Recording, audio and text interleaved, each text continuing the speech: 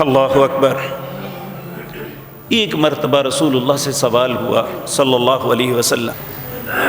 حضرت ابو ہریرہ اس حدیث کے راوی ہیں کہ رسول اللہ صلی اللہ علیہ وسلم سے سوال ہوا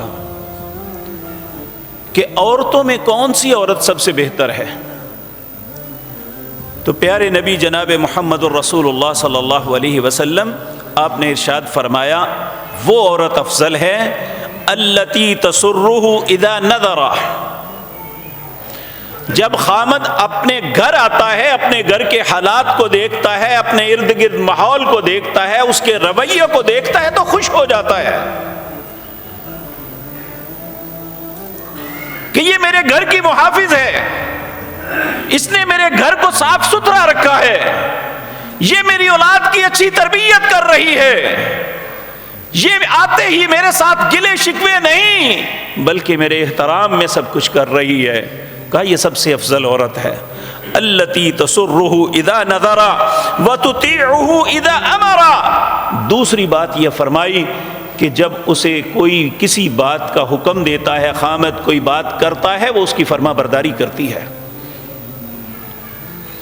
آج ہمارے میڈیا نے ہماری بیٹیوں کو یہ سکھا دیا، واللہ دکھ ہوتا ہے یہ بات زبان سے نکالتے ہی۔ کتنی ہی بیٹیاں ہیں جو اپنے خامدوں پہ ہاتھ اٹھا دیتی ہیں، گالی نکالتی ہیں، یہ سب ہمارے میڈیا نے سکھایا ہے۔ ایک ہماری فطرت تھی جو ہمارے اللہ نے سکھائی، جس کو ہمارے پیارے نبی جناب محمد الرسول اللہ لے کے آئے صلی اللہ علیہ وسلم۔ اس کائنات کے مالک نے حکم دیا، رسول اللہ نے وہ حکم ہم تک پہنچایا کہ کون سی عورت افضل ہے التی تسرہ اذا نظر، جب وہ گھر کے ماحول کو آ کے دیکھتا ہے تو خوش ہو جاتا ہے۔ وتطیعہ اذا امر، جب کسی بات کا حکم دیتا ہے فوراً تسلیم ہو جاتا ہے۔ ولا تخالفہ فی نفسہا ومالہا ما یکرہ، جس بات کو وہ برا سمجھتا ہے اپنے مال اور جان کے متعلق، وہ